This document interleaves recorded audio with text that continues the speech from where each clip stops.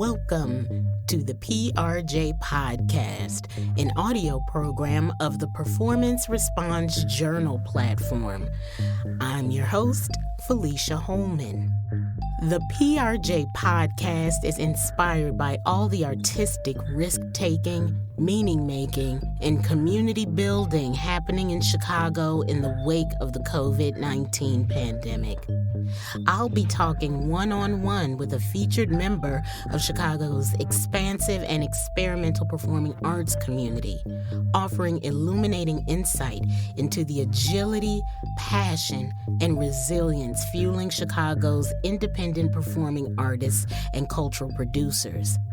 The PRJ Podcast offers a space to affirm and bolster the vitality of our shared artistic home, Sweet Home Chicago. Thanks for listening. My guest today is Erin Kilmurray. Hello and welcome, Erin. Hi, Felicia. Thank you for having me. Yes, thank you so much for being available and for talking with me and, sharing your testimony about, building platforms and creatively persevering, particularly through this pandemic moment. So let me start by asking, how are you today? That is such a large question. Feeling good. I'm laying low, trying to hang in there, trying to drink this coffee slowly. Yes.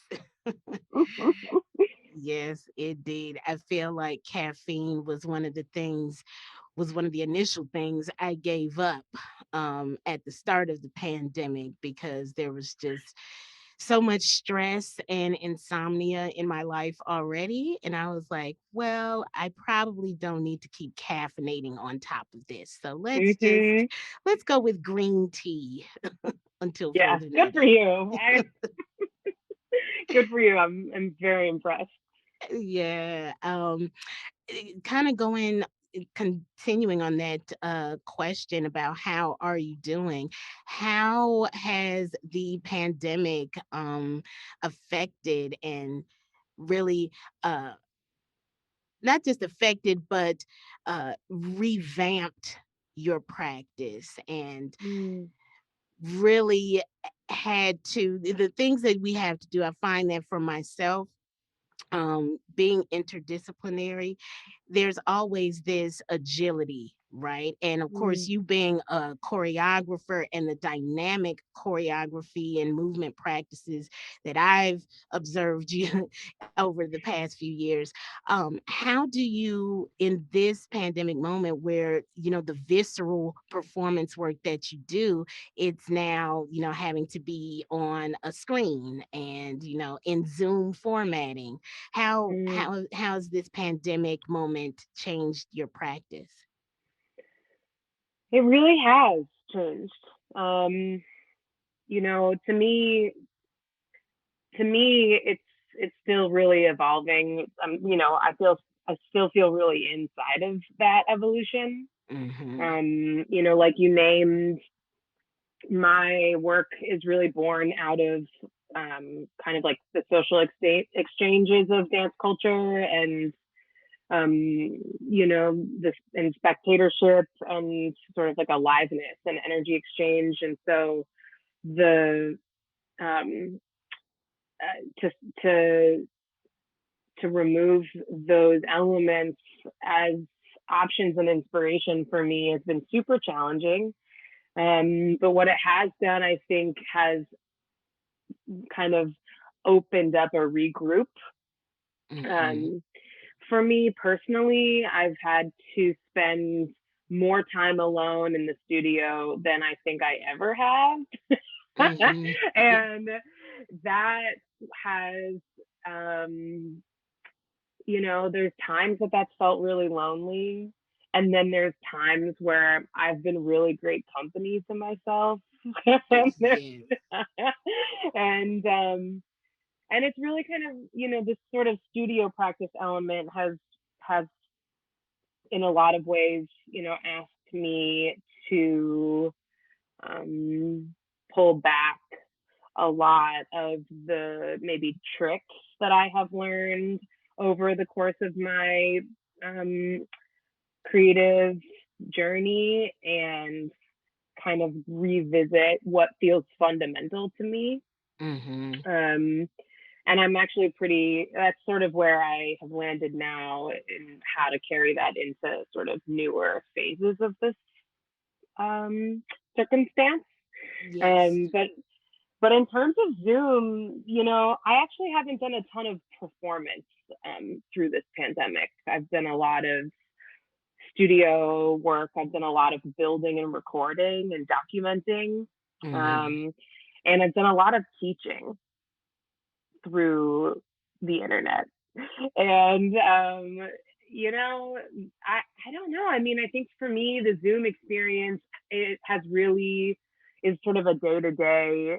Maybe that's not all that different than like like a in person dance class, right? Is that like Mm-hmm. whatever the day you have, like whatever you're bringing to the space or to the studio that day is what you got, It's and true. It's true. and for me, the kind of the like catch of other people's energy or other people's eye, or the ability to sort of drop in to an environment shift in the studio is like a pretty major part of the alchemy for me in terms of dance practice. But um, I think that's a little more challenging in the Zoom room. I don't know if Yeah. you have that experience too. Yes, I will definitely concur with you there. I also want to make a note that attending one of your workshops, one of your class series through the Columbia College Dance Buffet a few months ago, that was a wonderful experience. And it was, again, as you said, the learning curve, it's a daily dynamic practice, getting agile and familiar and flexible with this new format. But, in that environment, having had the experience of taking class and workshop with you, over the years, and then having that experience, the digital class experience, it was still because of the energy and the passion that you bring to the practice, to the class. I didn't feel that I was missing any dynamic. So Thank just wanted you. to give you that testimony. Yeah, okay, I'll take it. I'll take it. I mean, I feel like the thing with Zoom is, or rather, let's just say, sort of like, any virtual plane, digital work, kind of trying to find connectivity through those kinds of platforms right now. First and foremost to me is just being like, how does this tool work? Right? This is like an entirely different tool. Mhm. So how do I understand this tool? And then and then also how do I braid that into my values Right. and my priorities and my interests as a teacher or space maker? And then, where do those places intersect, and really what new can be born out of it without feeling like it's being compromised. Right. um and I mean, I think also just what was really fun about that class, Felicia, and what I've hoped to try to bring to as many digital platform classes as I've engaged with is just a sense of play. Yes. um that there's pretty low stakes, it's just you. Mhm. Mhm. So to me, there's been like an interesting dynamic shift, being kind of in the quote, head of the classroom leadership space over a digital platform in that way, just because the like, I guess I'll call it power dynamic Mhm. changes because, um, you know, my feeling is that the experience for all of us, but class taker is like a real acknowledgement that it's really on you. Like no one is like no one's holding anybody accountable in this room. This isn't a room. Right. so so like how can we continue to remind that like the like showing up to this Zoom dance class, if you will, um, is like an experience that can be guided by me, but is entirely um, um, you know, the experience is really up to you. Yes, yes. That's what you're describing, Aaron, is facilitation Hmm. as opposed to the conventional idea of teaching. Mm. Facilitation is really collaborative, and there's really much more of an exchange of knowledge and experience. And, that is for me what I've learned and observed over the years of presenting both as an artist and as a workshop presenter facilitator is that really is the nuance difference between teaching and taking up space as a quote unquote expert or authority where you are lecturing or leading your group to a certain knowledge base, as opposed to facilitation where you provide a framework and a platform, but then those people who are gathered for that event, for that class, for that engagement, it is really about exchanging with the folks and the energies and the knowledge in that room, in that space. And so Mhm. just want to affirm that and yeah, lift that up. Yeah, I mean that's the good stuff to me. Is that collaborative space, especially in class or in the studio or in performance. Just the acknowledgement that everybody plays a really crucial role in designing a moment and experiencing a moment. And even if I'm the facilitator, I'm learning a lot about what's going on in real time, just like everybody else. That's you right. know.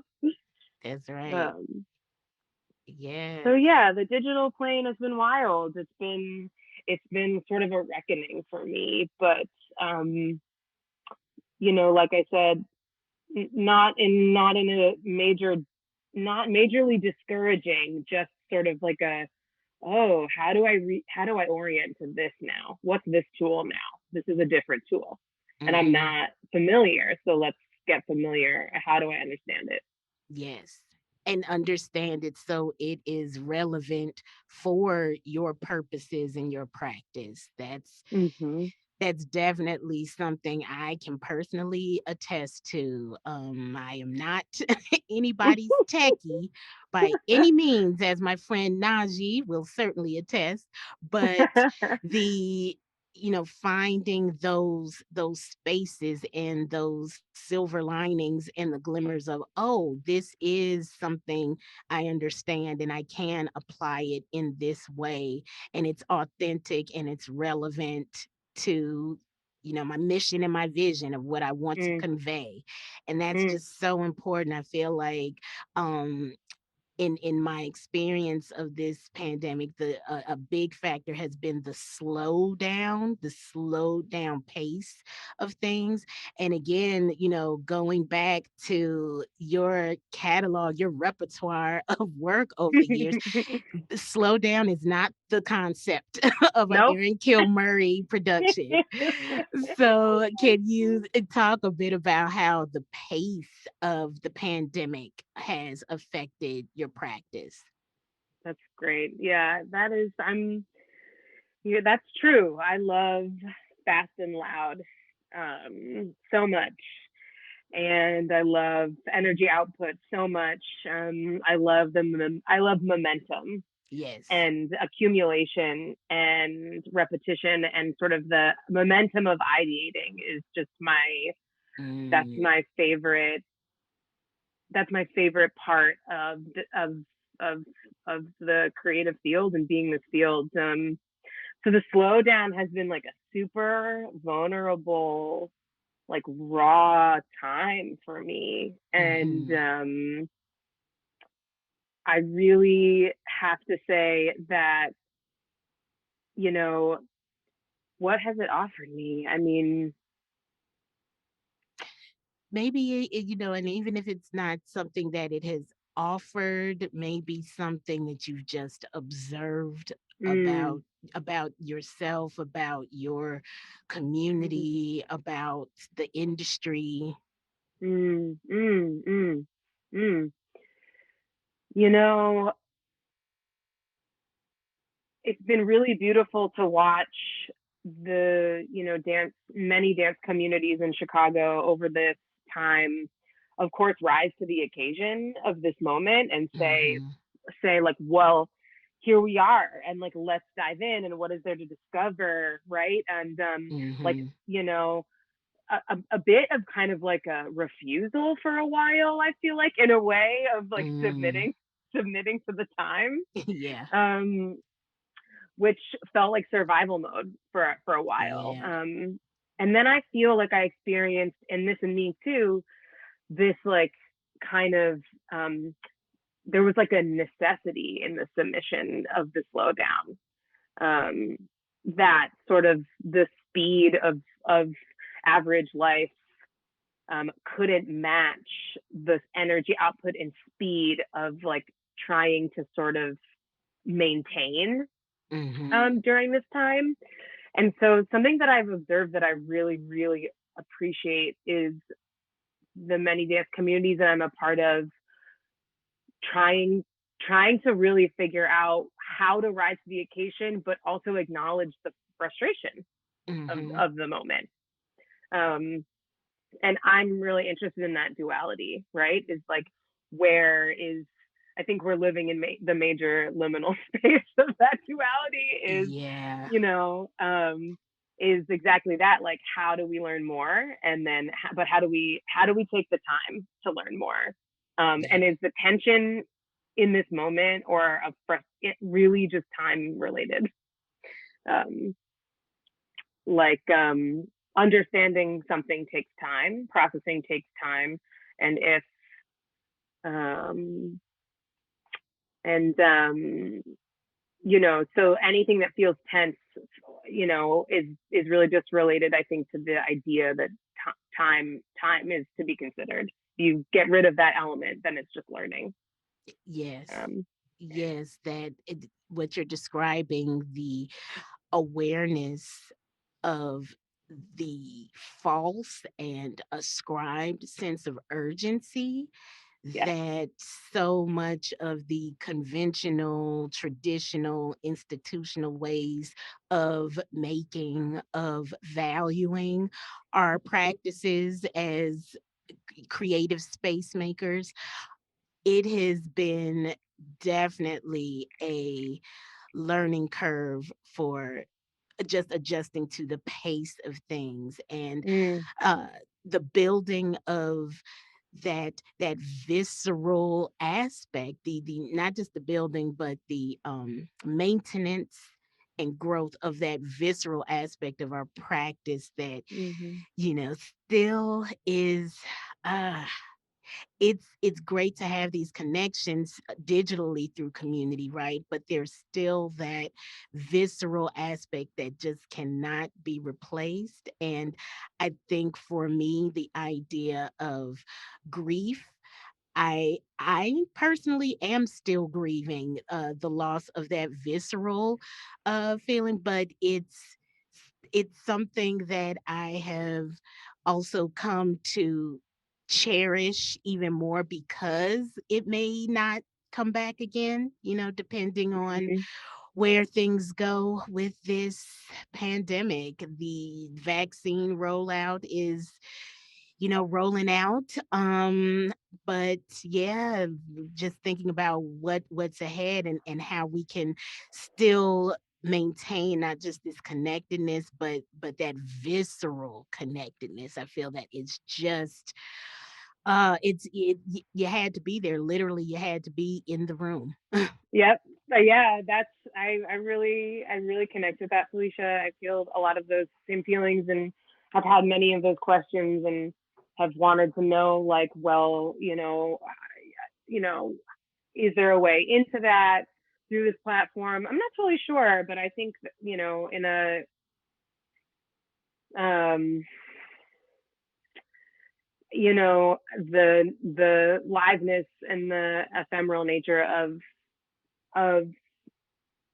this field to me is kind of my primary curiosity and inspiration for it. So kind of ways that I have felt like I could maybe offer antidote to the grief that I've experienced at different times is that sense of play and is that sense of pleasure.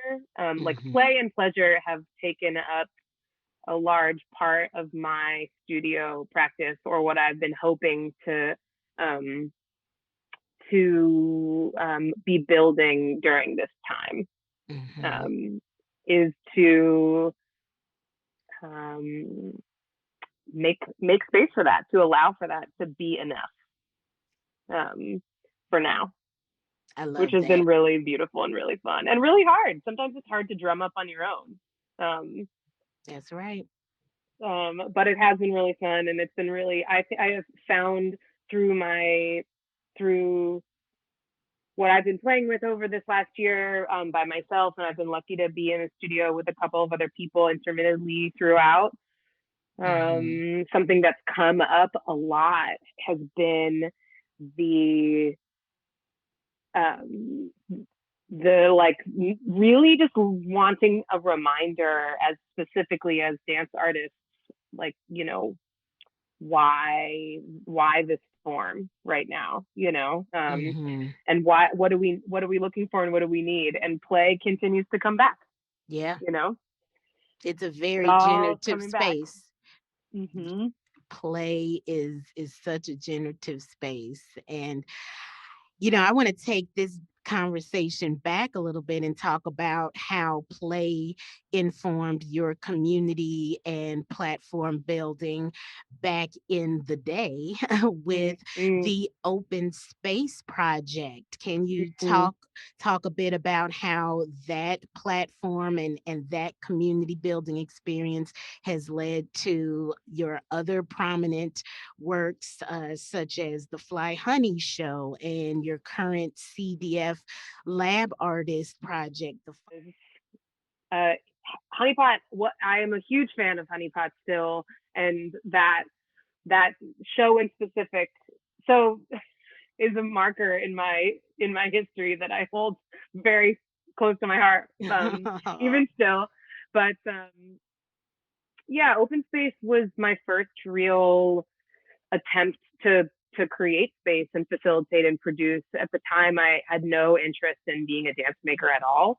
I was I was Mm. dancing for several dance companies in Chicago, and kind of in an adjacent moment in time, growing up and inside of this like very, kind of like um interdisciplinary space. I was the only real dance artist that was there. There were playwrights and Mm. actors and chefs and lighting designers and sound designers and um, you know fight choreographers and just musicians and composers. And it was a really, really, and like I said, it was a really kind of romantic time, I think. And so the Open Space Project was really simply just me at that point in my understanding of the Chicago dance cultures here, which was Mhm. still quite limited. Um, really wanted to have a room where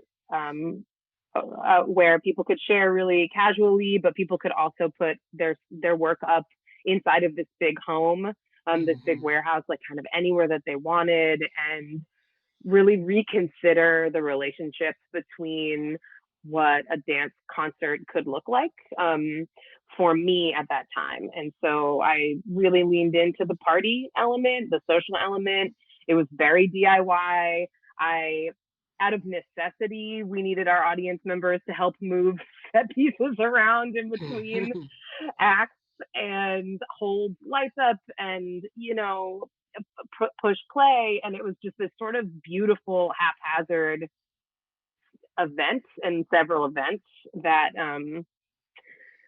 was a huge learning space for me. And I took away from that, I think, the acknowledgement that, that it was the first time that I had recognized sort of the contract between audience and performance. And I just had really, that really catapulted me into an interest to be more deliberate about that investigation and be really deliberate about the acknowledgement of responsibility um, between artist and audience.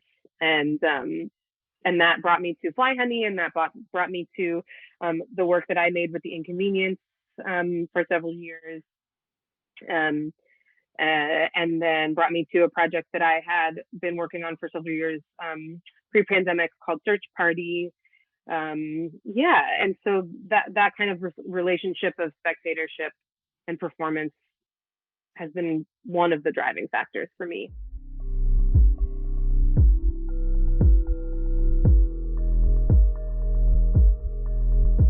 That I just remembered it was such a dope space. It was, like you said, this big open loft warehouse space, and there were just all these different types of artists. It was a like a work in progress type of situation, and so folks were still working stuff out but willing to share, and it was just an awesome experience. And I remember thinking like, wow, and this is all owned and run, operated by artists, just a group of, a collaborative, a collective of artists who got a space and were like, okay, let's open it up. And that Mm-hmm. is so much. I mean, there are so many Chicago, as I'm sure you've learned over your time here, that Chicago really is a incubator for collective and collaborative endeavors.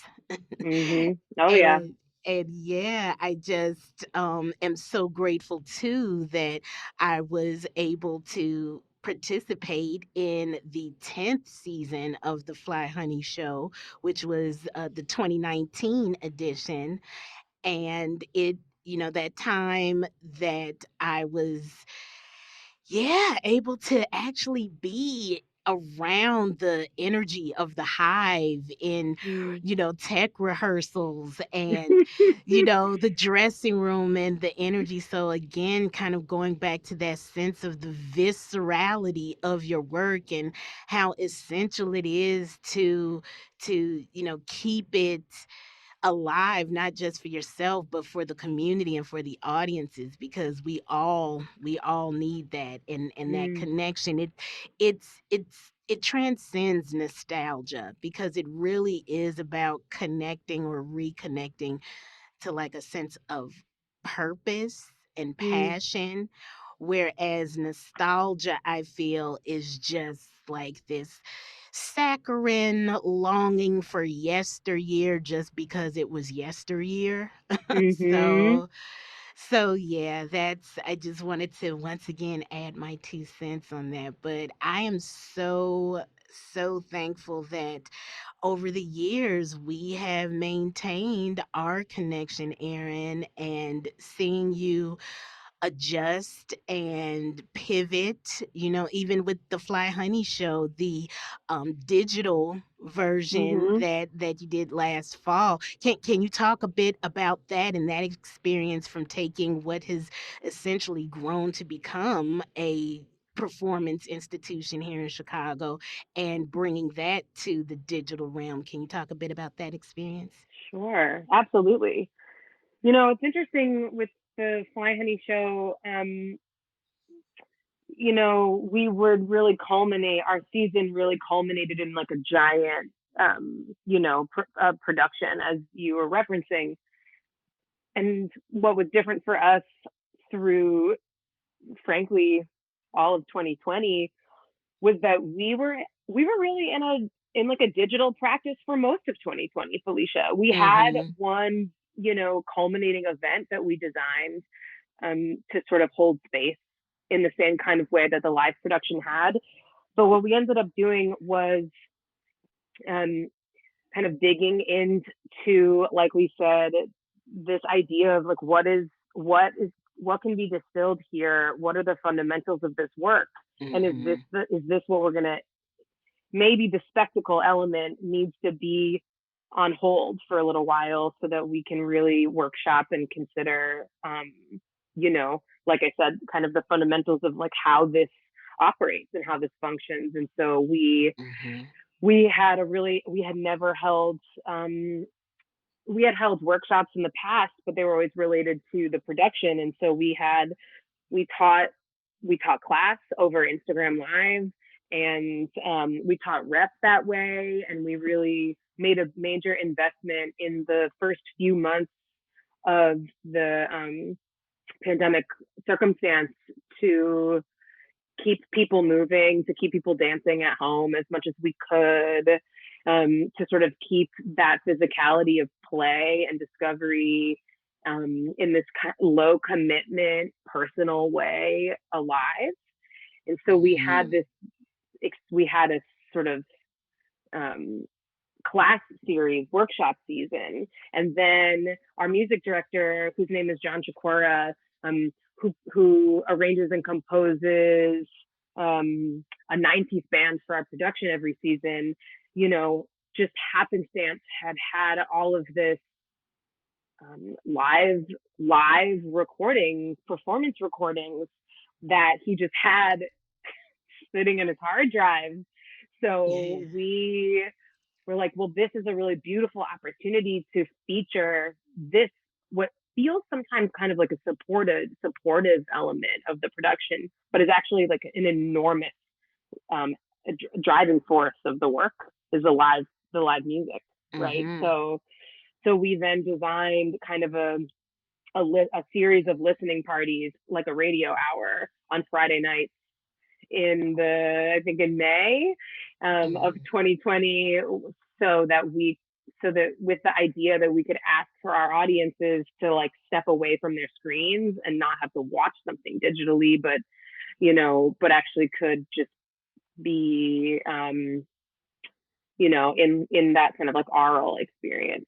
Um, and that was a really beautiful way to be reflective over a decade's worth of work and a decade's worth of sound and response and story, and what felt relevant and interesting for us to be in conversation with 6 years ago versus 2 years ago.